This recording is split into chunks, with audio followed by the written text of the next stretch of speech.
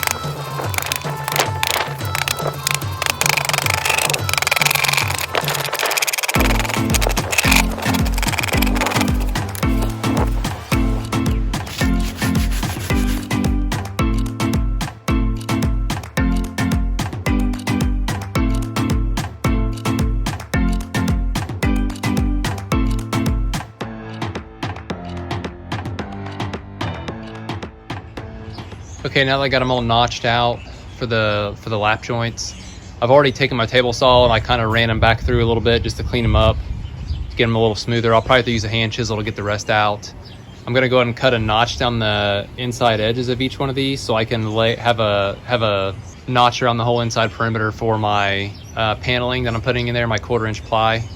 So I'm gonna make 2 passes just to make the channel a little wider. My blade's only about 1/8 of an inch wide and I need it to be 1/4, so I'm gonna make 2 passes to get my full 1/4. And I'll do that now.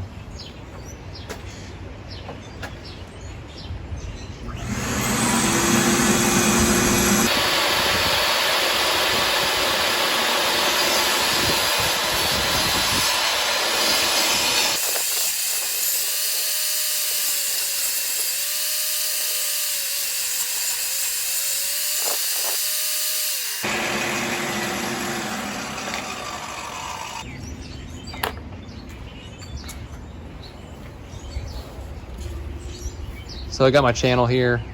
You can see I got a little fuzz up in the middle. I'll get out with a screwdriver or something, and then other than that, it looks pretty good. So we will go get some panels cut, do a test fit, and then sand everything.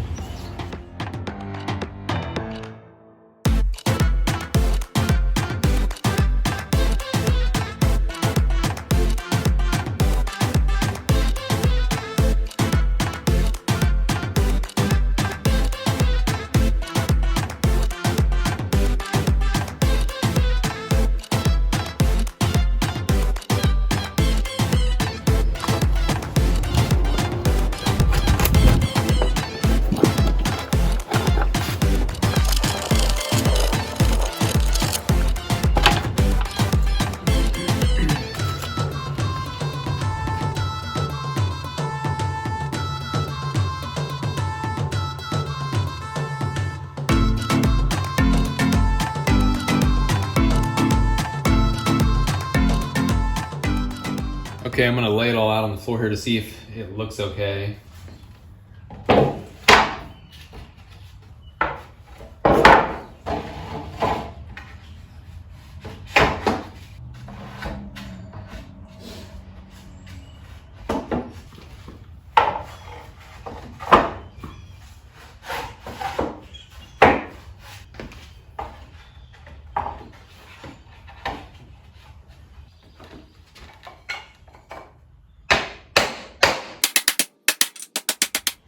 All right, sorry I forgot to pick the camera back up.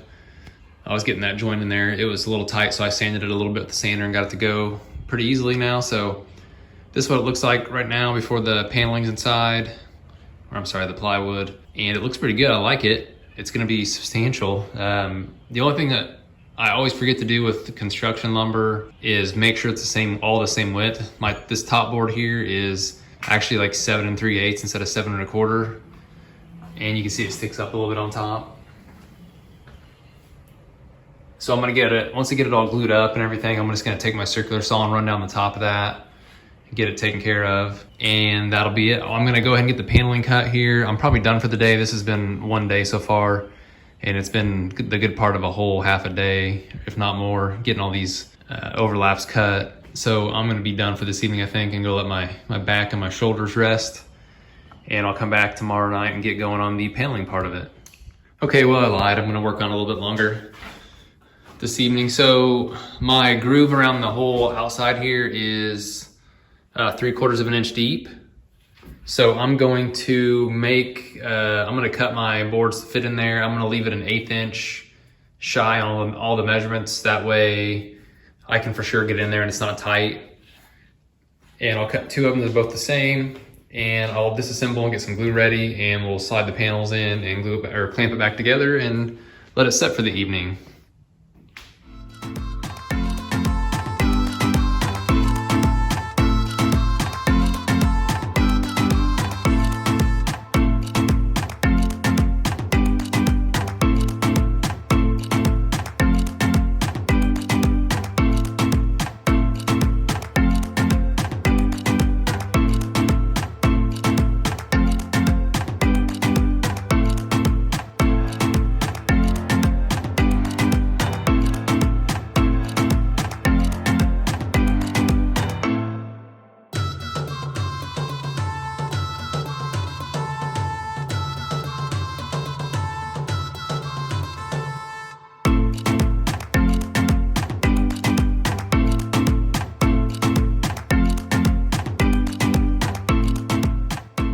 Okay, that was a pain in the butt. I made a mistake, which usually happens to me on any project, but forgot to glue this on before I stuck the panel in, or I was actually just test fitting it, and I was gonna pull back off, and I forgot to pull back off and glue it. So I had to pull it all back apart there at the end, at the first there, and put some glue here and here. But I got it back in there and got this side all put in too. That was kind of a pain getting this in. Once I put the clamp across here, it really pulled these ends together, so I had to kind of beat them apart a little bit to get them in there, but it looks really good. It fit really good. I had about an 1/8 inch clearance on each side, which is about perfect. If you can see, it fits nice and tight. Just got to do some wood filling and stuff. If I decide to do that, I don't know. There's some spots here where there's some stuff chunked out and some other spots like that too. But other than that, I mean, it looks pretty good. I think it's gonna be pretty nice. It's nice and square. I'm about an 1/8 inch difference from pulling diagonal both ways. So I'm happy with that. I don't wanna mess with it. And my square in the corners looks pretty good. So we'll have this set overnight and maybe get some paint on it. Probably do one more little sanding on it. And I need to build the extension here to put my cleats in for my hardware for my sliding door. And that should be here from Amazon tomorrow, hopefully. I'm not sure what I'll do yet tomorrow, if I'll do sanding and painting or what, but we'll figure that out tomorrow. All right, got all the clamps off and going to put on some sawhorses, put some screws in the back. I don't know that's necessary, it's pretty tight, but just for peace of mind, I'm gonna throw some in the back. I also put some wood filler in some of the knots and some of the cracks, stuff like that. I'm gonna sand that off too. It doesn't really need much sanding since I sanded it before I assembled it. But it'll just be another light sanding real quick so it's ready for paint. And I'm gonna do that now. All right, we're gonna put it face down first. This side down. Yeah, I'm gonna put this side down.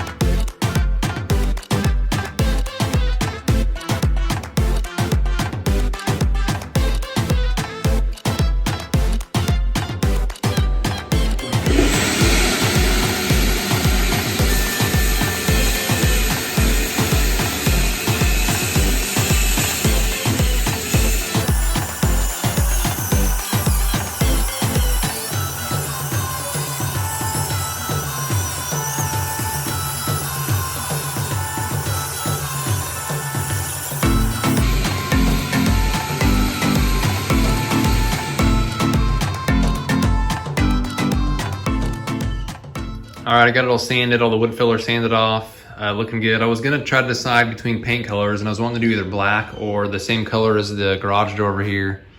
But I think what I'm gonna do is actually stain it. I was worried if I paint it, it's gonna scuff easy if I'm moving it around or moving it, and if I got something up against it. And I think it would just kind of break up the rest of this color a little bit. I wanted to try to make it match this at first, but I don't really want pine that looks like that. So I'm just gonna do this driftwood color we've used a few times from Minwax. And I'm gonna do a little pre-stain conditioner first so it soaks in evenly.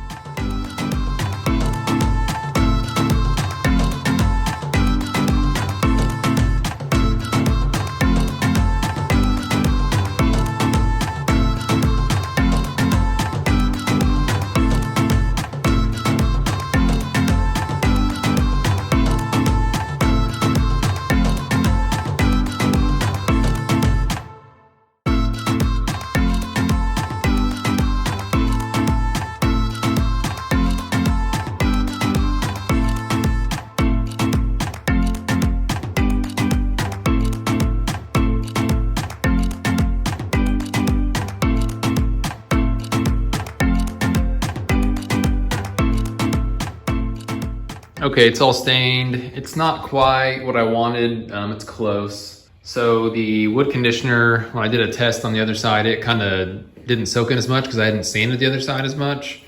This side, it soaked in more, so it didn't let the stain soak in quite as much as I hoped it would. Just for comparison, that's more what I thought it would look like. Just kind of that color. I did a test on the back. You won't see the back, but it's pretty close. It's not bad. So it's good enough for the garage, and it's gonna be what it's gonna be now. So I have my kit came from Amazon. I'm gonna get it assembled here and see how long it is. It's supposed to be around 10 foot. And then I'm gonna go ahead and put my my external header up here that I can hook it to. And I need to paint that as well before I put it up there, but I'm gonna get some measurements and get that ready to go. All right, I got the rail up. All I did was just do a 2x4 across the top here. And then I did a 1x4 on top of it, so it'd be the same thickness as what was here. And you can see, just like that, not real fancy, but the rail's up. It's pretty simple to put up. You just follow the instructions. It just tells you to put it a certain height above the height of your door.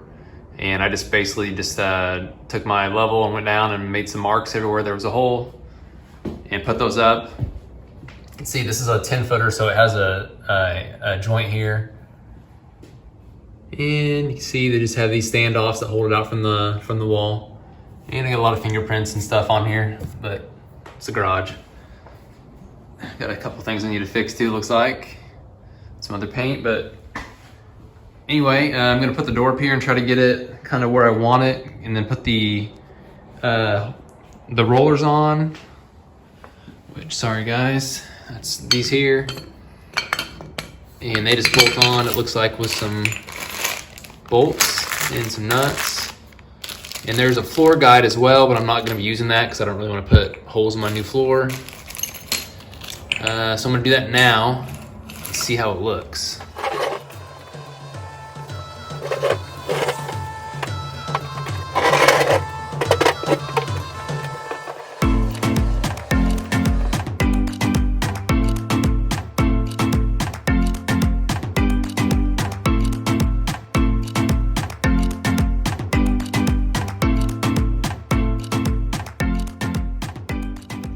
So I went and got some shorter hardware. The bolts I got aren't black, but you won't see them anyway. You see the acorn nut from the front. So this will be at the back anyway, so I'm not gonna worry about it too much. I'm gonna go and get the holes drilled and get them in, and get the rollers installed, and then it'll be done, I'm hoping. I am going to use a Forstner bit to make my hole so it's a nice clean hole. They don't tear out as bad on the edges. And for the back, I'm going to use this larger Forstner bit to do a recess for the bolt head. All right, use a 3/8 inch Forstner to get some clean holes up here. You can see they don't tear out too bad. There's a little bit of fuzzies there, but not too bad. It'll all be covered by the bracket. And then I have my recess back here for my bolt head and my 3/8 hole coming through. Same down here. And we'll go and get the brackets installed. So the ones I bought were just almost too long, but they work. I think I might have to put another washer behind this one. It looks pretty good. The holes in the brackets are a little bit bigger than the actual bolt, so this could move a little bit. So I just made a little mark so I could kick it over so it was even. I'm gonna do the other side real quick and then we'll hang it up. I'm not gonna really video that just because it's pretty straightforward.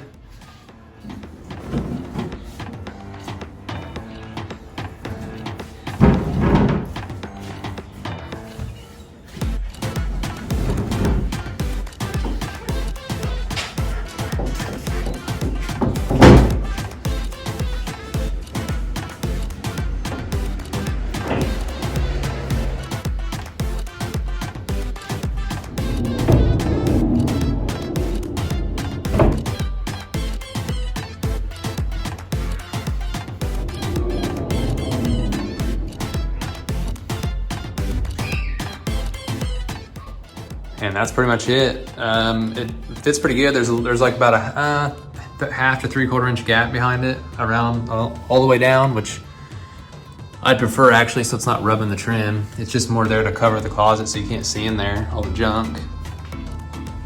It looks really good.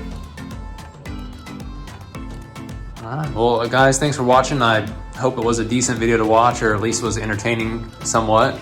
If you wouldn't mind, if it helped you out or if it was something you were interested in, just leave a like for me. It helps me out quite a bit. Thanks for watching, guys, and feel free to check out some of my other videos.